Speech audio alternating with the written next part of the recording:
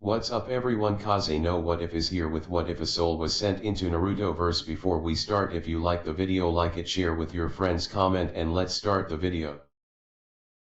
The soul opened its eyes with a long gasp as if wanting to take as much air as possible. It was definitely a painful experience and something not worth repeating. Its eyes fell on small hands. Of course, the soul noted as in an almost broken window nearby, it could see its reflection. Pale blonde short hair, emerald eyes, pale skin and worn out clothes. I really did transmigrate, didn't I? The soul, no. The boy was looking out of the window with an expression filled with mixed feelings. He remembered the talk with the cosmical entity that called itself Tufap. He was not allowed to get up powers.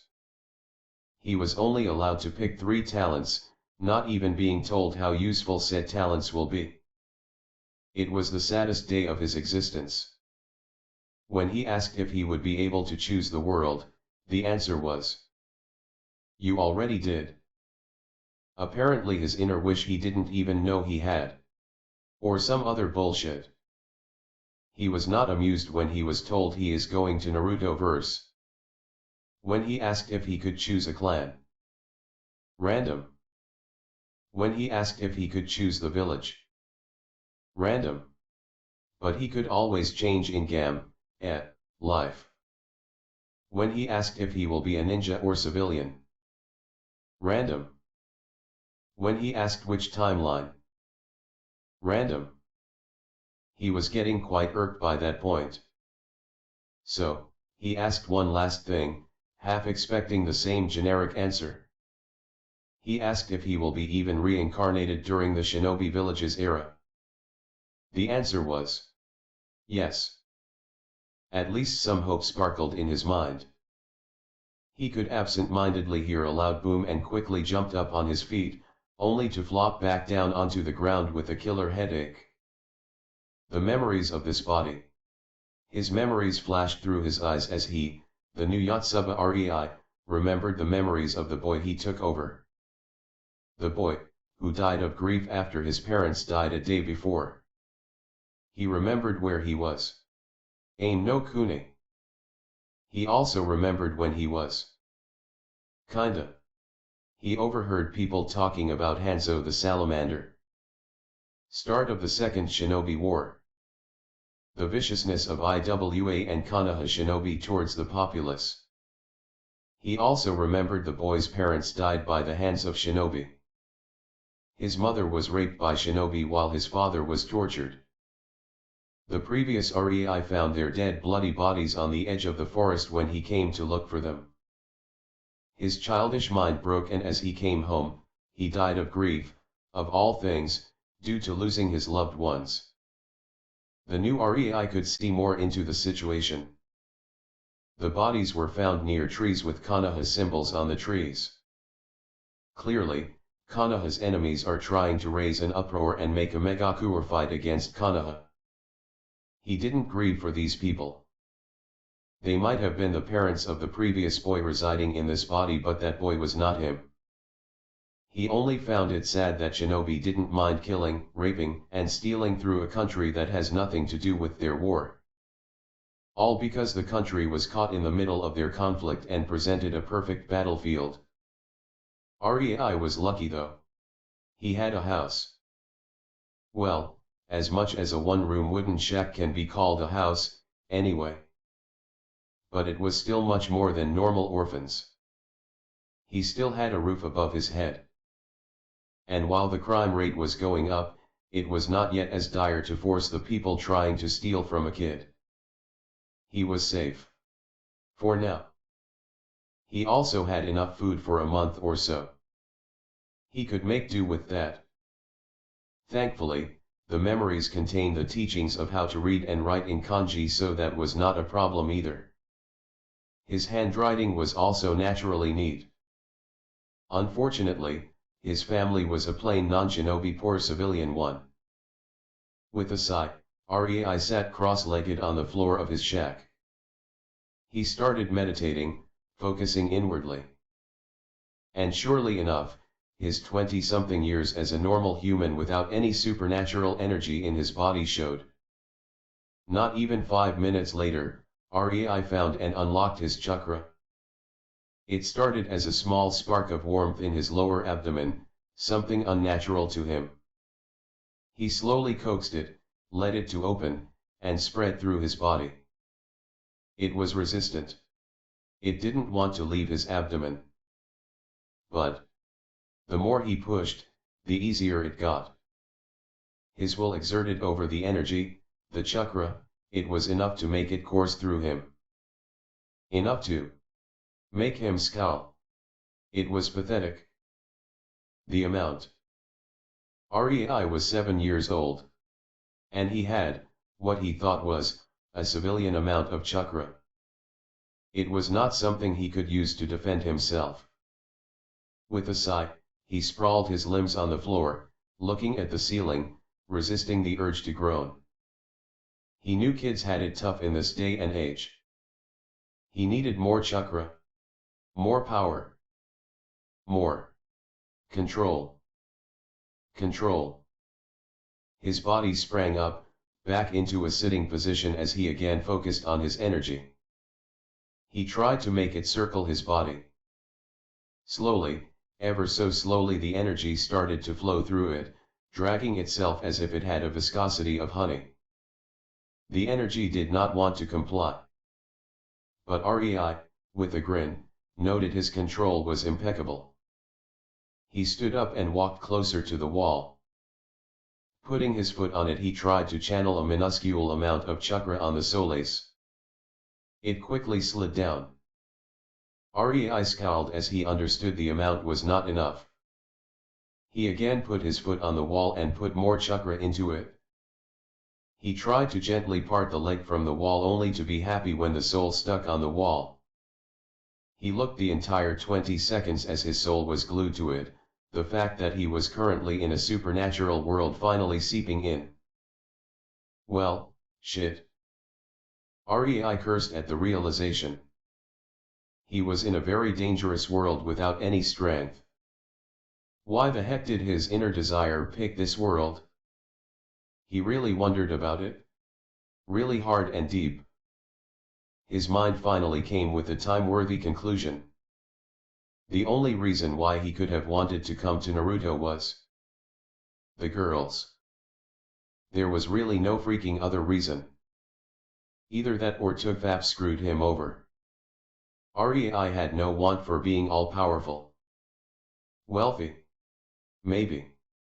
But if he wanted some supernatural power, he would reincarnate as a pure-blood devil in DxD, thinking about boobs.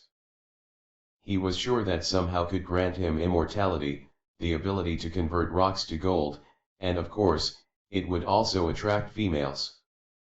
The women in DxD are weird like that. So, instead of magic, he is in a world of chakra, knives, and fists. Not a good bargain. Really, Kaguya could create dimensions with chakra, but Kaguya is on the level of a deity. Fuck, Tugfap did screw me over, didn't he? Rei cursed inwardly. Rei noted his chakra reserves were getting dangerously low and stopped his musings as he cut the flow of his chakra to his foot. He lasted 2 minutes. No, correction. He had enough chakra to stick one of his feet to a wall for 2 minutes. And even then, it was only thanks to his supreme chakra control trait which enabled him to not waste even an ounce of chakra. His reserves were that low. This trait basically gave him better chakra control. Nothing else was told to him. No information. No description. Rei didn't even know what better meant exactly. He picked it because, in the list of talents, there were only 5 things with the adjective supreme and only 2 with the adjective godly. He obviously chose the 2 godly talents and 1 supreme. His supreme chakra control seemed to really be supreme as he felt every single bit of his chakra and instinctively knew he could manipulate it. Rei wondered. If he could unlock his chakra in 5 minutes with his control, then how long would a normal child take? What REI didn't know was that the children do not unlock their chakra alone. They get a kind of a jump start from their teachers. That was the reason why the Shinobi Academy was a thing. Otherwise, the world would be roamed by civilian shinobi wannabe who unlocked their chakra on their own by fluke. Many civilians tried to meditate and unlock it, yet only really talented and determined individuals managed it on their own. REI shrugged as he decided not to care about other kids. He was here now. Others didn't matter. He had to think about what he should do from now on. He could. A smile spread through his lips as he remembered what he saw the previous day. Something he was sure the previous REI deemed unimportant. Chapter 2 Ch2 First Companion. REI stood up. His chakra might be only 10% full and he might be kinda tired because of that, but he could still move. He had to get to his target first. REI exited his shack and found himself on a muddy road, soft drizzle falling onto the streets, preventing them from drying up. He saw more worn-out wooden shacks all around. Clearly, the area was for the poor. REI quickly walked along the street, noting an old man with a dog, a young housewife leaning out of one of the windows as she tried to reach her laundry hanging on a branch. Kids playing in the mud with a ball. It was poor but quite a nice view of such a war-torn, depressed, rainy country as AIM. REI suddenly turned to the left and walked into a side alley. The nice view was completely destroyed. The entire side alley was strewn with starved, shivering forms of homeless people. They eyed REI with their hopelessness-filled eyes, looking for any valuables on his person. It was only when they saw his torn clothes they disregarded him with a woeful sigh. They realized it was just another homeless orphan. Not worth even talking to, much less steal from. REI disregarded these people as well. He could not and would not help them. He came to the middle of the alley when he saw a shivering form of a small 6-year-old girl, lying in the mud clutching her hands closer to her chest, trying to find warmth as the rain fell on her. Her cheeks were sunken and she was thin as a twig, but her cautious amber eyes followed him warily as he stepped closer to her. REI crouched down in front of her and smiled. "Hello. I am REI." He introduced himself and the girl was observing him for a minute, shivering, curling into herself before she decided to answer. "Ko-Conan." The girl whispered in a quiet, unsure voice as she was unsure of REI's intentions for approaching someone like her. Someone who had nothing to offer. It was quite a sad spectacle. 6 years old but already wary and suspicious of others. "Would you like to come with me?" REI asked her as he reached his hand towards her in the invitation. The people around looked at the pair of children and shook their heads. In this god-forsaken land, children had to band together. Shruggingly, they ignored them as this was quite a common occurrence. Just more violent usually. If it was an older girl, she would be beaten to submission to serve older homeless teenagers. After all, no matter how low they were, even they had their hierarchy. But the girl was but a child, and her body could not be sold for food or money. No elder kid was interested in making her serve them. At least adult women could sell themselves willingly to earn money for themselves rather than some opportunistic kid. Boys didn't have it any better though. The strongest were leaders and the weaker ones were underlings. But nobody was interested in deadweights like the starved shivering girl. Except other deadweights. That's why the sight of REI inviting Conan was really nothing out of the ordinary. The others just wrote them off as the next unfortunate corpses they would see a few days later. Conan was torn. On one hand, her current spot was quite nice. It provided at least some cover from the rain, no matter how muddy it was. She was also close to dumpsters where the other people threw their trash. It provided some food for her. She would loathe to leave it, only to find it already taken later. In the end, it was the boy's warm eyes that made Conan timidly take his hand. She didn't know what her future with him held, but she knew at worst she would finally die. In her mind, it was worth the gamble. As Conan took Ariai's hand, he pulled her up and started slowly, gently dragging her back to his shack. He was no saint to provide the girl shelter for nothing. Conan was investment. Even Conan, after her time on the streets, knew nothing in this world is free, and if the boy really gave her something, he would want something in return. Arai took her because he knew exactly what the girl would offer him in return for his kindness. Herself. Conan was worth the trouble. She might have been just an underappreciated side character that died off to further the plot and didn't really have much screen time, but she gave Yahiko and Nagato everything she was. No matter their dreams. No matter their methods. She followed. And when a girl like her is willing to become an S-rank murderer, a worse sort of a killer to support a friend in his dream. Yes, Conan would give herself to Arai. He would make sure of that. He won't exploit her gratitude. Instead, he will make sure she gets stronger and lived a happy life. But life by his side, nevertheless. He wanted to secure the loyalty of the only paper user in the entirety of Elemental Nations. A paper user who he knew would die for him and adore him if he cared for her. If he showed her she was important. If he made her feel appreciated. Arai finally pulled Conan into his shack and was amused at the wide-eyed girl. She didn't think the boy would have a house. She meekly looked at the floor, shuffling her legs nervously. What's wrong? Arai asked her. I am dirty. Arai looked over her muddy form and nodded.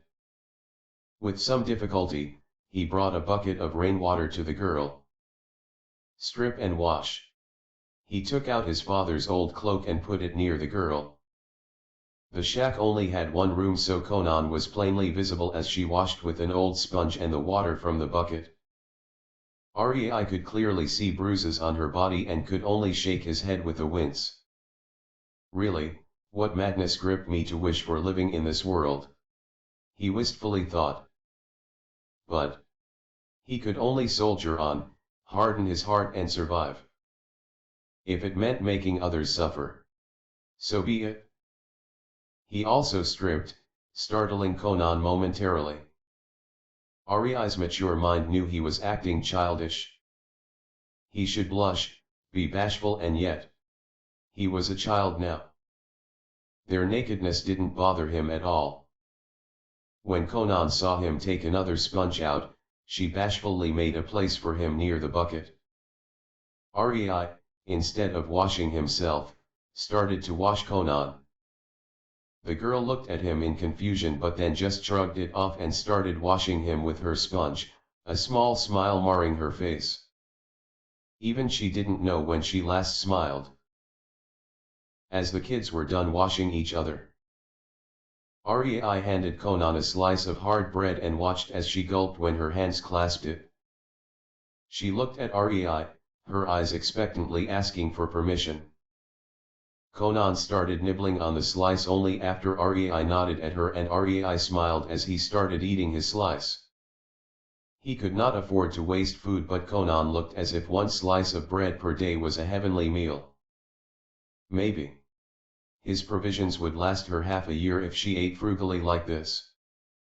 But he was a man from the modern era. He needed his 3 meals a day. Why? Conan asked Arai timidly as they finished eating, tears of happiness starting to fall from her eyes. Seeing Arai tilt his head, she asked more in detail as her eyes repeatedly darted from Arai to the ground. Why take me in? Conan looked to the floor and tried to wipe her tears. I want you to become mine. REI exclaimed. In hindsight, maybe not the best worded answer. Conan lived on the streets. She knew. Saw what it meant for a girl to belong to a boy. She was always frightened by the screams. But no matter how she tried to close her eyes or cover her ears when night came, many older girls did things with boys. For money. For food. Or other reasons. You. She clutched her head in embarrassment and REI could only wonder if the steam would start coming from her head. Conan decided. No one was so kind to her. Her childish mind decided she will give herself to the boy, not even understanding what it meant. She may be mature and saw many things on the streets, but she was still a child. In her mind, if she received a slice of bread and a roof over her head, she wouldn't mind doing that painful-looking thing with REI. REI slowly realized the girl was somehow misunderstanding him. So, when he had his fun due to her embarrassment and actually saw the resolve flick through her eyes, he elaborated. Of course, as a friend. Conan blinked at REI, her mind stopping short. She slowly nodded, her eyes trying to avoid REI. But even if this meant she wouldn't need to do that with REI. Yet, Conan gained her resolve. It was plainly obvious to REI. In her eyes, he started to become someone important. He doubted she even realized it yet, but for REI, that was a start. A start of getting his first loyal S-rank ninja. And have no doubts, Conan was more than capable of becoming much stronger than just an S-rank ninja. REI decided he would make sure of that. Chapter 3 Ch3 Chakra Strings and Paper Folding. REI and Conan slept cuddled to each other for additional warmth on the small bed in the shack. The next morning, REI stood behind fidgety Conan as she sat cross-legged on the floor. Focus. He ordered, and Conan instantly closed her eyes, but her body was still fidgeting from the nervousness. REI sighed and put his hands on her shoulders as he pushed a small amount of his chakra into her abdomen through her shoulders. He could feel Conan sigh in relief as her body shuddered, relishing the feeling. Focus. He repeated, a little more sternly, and felt her body tense for a second before she relaxed and again started meditating. He helped her as she found her chakra, helped her guide it. REI saw that Conan's chakra control is very good even without practicing. Something to be happy about. Especially since she had even less chakra than him. It really drove home the point just what kind of monster Naruto was. REI stood and approached the wall while Conan, her eyes still closed, felt the warm chakra in her body, and played with it. It made REI smile as she saw her slightly curled up lips. Even as a child, Conan wasn't very cheerful. But the more she warmed up to REI, the more she opened up. Conan, REI softly called her. Come here. Conan quickly opened her eyes and crawled towards him. REI thought it was quite cute. Put a layer of chakra on the sole of your dash. He saw her uncomprehending gaze and cracked a smile. Chakra is the warm thingy in your body, all right. Conan gave him a small determined nod. Now, put a small layer on the sole of your foot and try to stick it onto the wall. Conan obediently listened and then tried it. She raised her left foot and put it on the wall. Her face looked focused as she cutely nibbled on her lower lip. Then she tried to yank her feet away from the wall, only for it to be stuck there. It imbalanced her, and with a shriek, Conan started flailing her arms in the air. REI quickly came behind her and hugged her body from behind, making her regain stability. Don't be impatient. He chuckled as he told the blushing girl. Seeing her nod and her foot leaving the wall, he released her from his hold. Practice. Try to find the smallest amount of chakra that can stick you to the wall. Rei told the girl as he sat down, leaning on the wall as he tried to stick slices of paper on his fingers. Later, he told the girl who was curiously peering at his fingers and the paper. When you find the smallest amount of chakra to stick your foot onto the wall. Conan nodded, and with a renewed vigor, put her all into training. A few days passed. Rei and Conan got even closer to each other, but Conan didn't get any more vocal. Rei thought that the Conan from canon that saved Nagato must have spent quite a bit of time with Yahiko already to be that cheerful. The Conan cuddling to him thought. She was fearful, desperate to please, desperate for even the smallest of affection, desperate to be praised, but she outwardly appeared mostly impassive. Yes, it got better. Around him. But with others. Yesterday they went to the market and Rei spotted that Conan was always clutching his sleeve and her face always stayed completely stoic. Even as the shopkeeper praised Conan for being well behaved, she only looked to the floor with a nod, but her expression didn't change. Well, at least they bought more food and some paper. After Rei saw Conan could stick a paper on each of her fingers, he told her to fold it only with her chakra. He had a lot of fun watching her as she intently gazed at the unmoving slice of paper on her palm in frustration. Rei also made Conan exercise with him. Not much. They did not have enough food for it to be beneficial, but they still decided to get at least some push-ups in. Their chakra was rising by the day. Rei surmised, it was still not even on the level of an academy student, but daily emptying of their reserves until they had around 10% remaining helped in increasing it. Funnily enough, Conan's skinny figure also got better. The chakra apparently could make humans last more without food and water. She confessed she felt stronger. Her belly also became somewhat flat instead of dented inwards. Rei was quite surprised at the change. Chakra was really awesome. It would take weeks for a malnourished child to put some weight on, but Conan went to bed and rose up a bit better every day. Chakra basically tried to keep the body in the optimal state. But the disadvantage was that Rei and Conan felt hungrier. Rei watched Conan as she was folding paper in half while nibbling on her lower lip. It still took her a lot of concentration. He instead trained to form chakra strings. As thin as possible. It was quite challenging, but his supreme chakra control was very helpful. He could form them by the nonsensical explanation he found in one fanfic. Draw your chakra from the tenketsu in your finger and make it into a thin thread. Whoa! Conan watched with a wide-eyed gaze of awe as a paper started flying above Rei's palm. Rei moved it from the left to the right and chuckled as Conan's eyes intently stared at it. He put his free hand on the head of the cute girl. Don't worry, I will teach you later.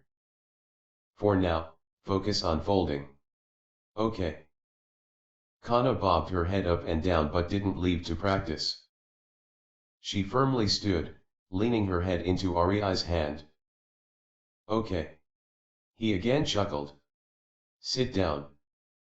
Conan happily sat in between his legs and leaned her back on his chest while trying to fold the paper as Rei patted her head while his other hand was manipulating 2 slices of papers on 2 thin chakra threads. Anything heavier than that was beyond him. For now. Rei started suspecting Conan had a bloodline.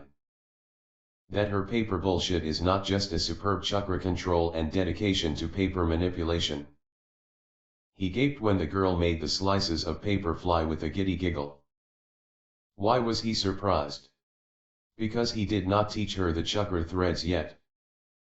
The girl just wanted them to fly, so she imbued them with her chakra and they flew. It was bullshit. Really? Chakra did not work that way. Not for him at least. Hence, he really started suspecting it was a bloodline. She was living with Rei for a month already. After he allowed her to sit in his lap, Rei quickly found out the girl liked to cuddle and hug. She almost always sat in his lap as she practiced her folding technique, expecting him to pat her head. It was jaw-dropping seeing her just after a week of practice create a paper airplane.